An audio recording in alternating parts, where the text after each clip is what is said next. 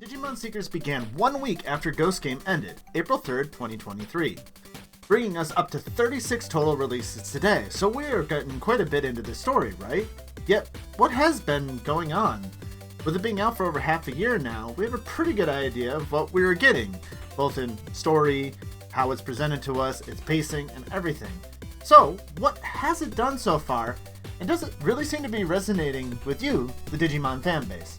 Let's dive a little deeper into what Digimon Seeker is, and what it has done well, and what many people, myself included, seem to think that it could use some work on. So, before I dive deep into this, I will say up front, there will be some spoilers in this episode. There will be things that I will talk about of what's been going on, so if you are not up to date, you have been warned now that there will be spoilers, mostly up through all the way through Chapter 2's story. There hasn't been much in Chapter 3 yet to spoil at all. So, here's your warning. So, our new main character, Edgy, I believe that's how you're pronouncing it, Edgy is the best I've heard so far from the translated little trailers that they give us, is a code cracker, someone that goes out and does contracts and collects Digimon, and ends up working with Professor Ryusenji in order to get himself in as a spy in the known huge criminal organization, the Sons of Chaos, which is a terrible organization at being able to spy these people. They have to rely on a lot of weird people because he is terrible at keeping his identity a secret, and really even keeping himself a secret that things are weird with him, but no one seems to catch on to this.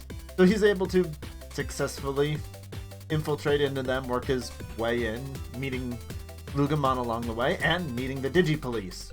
And in violating the Digipolice, he's able to reach champion, and we get Lugramon, his champion form, which is kind of cool looking. Not a huge difference from him. I think he's just fine. And then right after that, we switch. Go over to Leon, or Judge, who is a much more self-righteous hacker, who is one that keeps the crackers in line and keeps the law, much like Zaxxon did in Digimon Cyber Sleuth.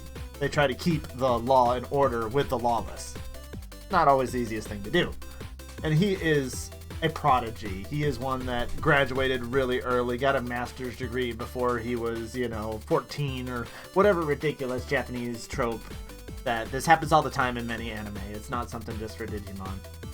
And apparently somehow he failed to stop one of the Crackers' attacks, like with the Sons of Chaos. What we might think at first is the Sons of Chaos, but actually turns out to be from Country X. Okay, they had to make up a country name for this. I understand for the political reason they had to do that. And so he has sworn to help stop them. And when Edgy and the Sons of Chaos go to try and seek out what the Country of X's secret weapon is, it turns out to be Machine Dramon. So we have our main hero who just barely got to champion, now helping out with people going up against Megas. And what the heck is he going to do? Oh, don't worry. Our new main character of the chapters just can go to Mega already. He's just introduced with already being able to go to Mega. Anyone having flashbacks to 2020 of things moving way too fast? Episode 2 and then moving way not fast enough? Well, you'll get that much more in this later. And so he's able to destroy the machine, stopping the Sons of Chaos plans, but Edgy is able to protect the members of Sons of Chaos from his attacks. And they all get out scot-free. And then the two just meet up, Leon and Edgy, in a cafe.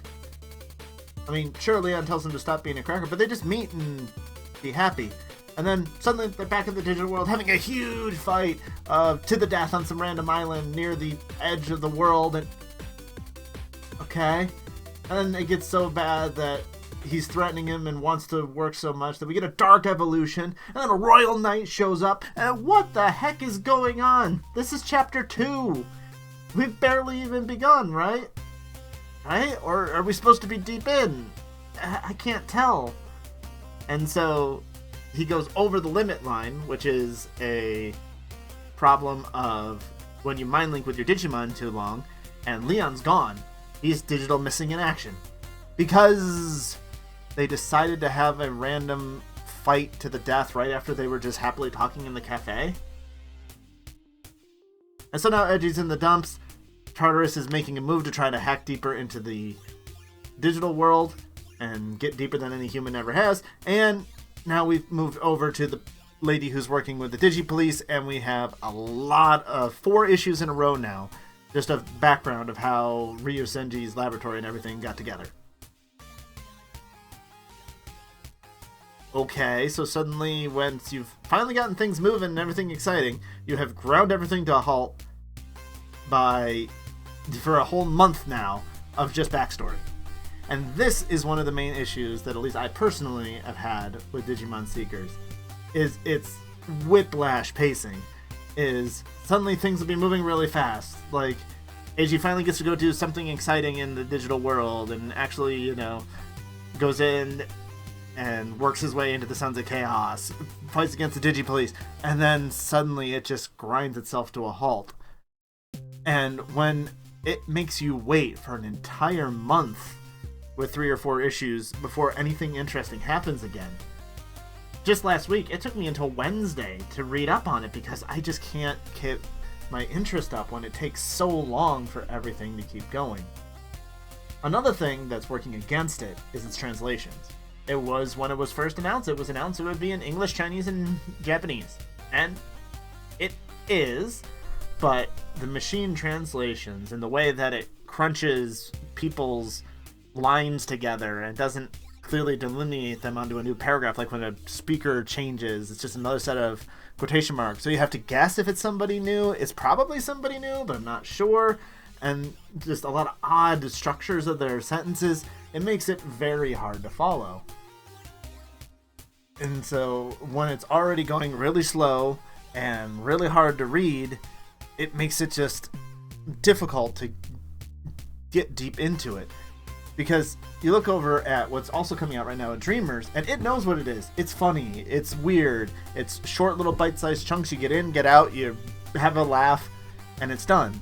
And I like the more serious tone. I like the more thought out and deeper story that Seekers is trying to tell. But when it's hard to understand what's going on and it's going so slow, oh boy. It's a recipe that has had me, and I think many other fans, just a little unsure of what to think and hard to get into it. Plus, one of our characters starts at Mega. I don't think any one of you who is a Digimon fan, I have to understand why this is a problem. Digimon, at least the good seasons, is all about character growth. It's growing with your Digimon, learning with them, bonding together. And when you just throw one of the main characters in there, and they can already go to Mega, well, what are you going to do with them? I mean, sure, you can still have him grow and change and learn, but that's all a part of the Digimon's growth. So after he comes back from DMIA, assuming he's not going to be gone forever, are we going to suddenly have him lose those forms and have to regain them and bond again? That could be cool.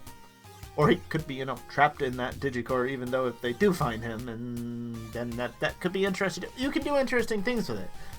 But just, it's something that Digimon a lot of times has lost. Digimon Ghost Game really did not have any character growth. Any character growth that they possibly had in any season, they squashed and made sure it did not carry over to another episode. Because it was such an episodic season.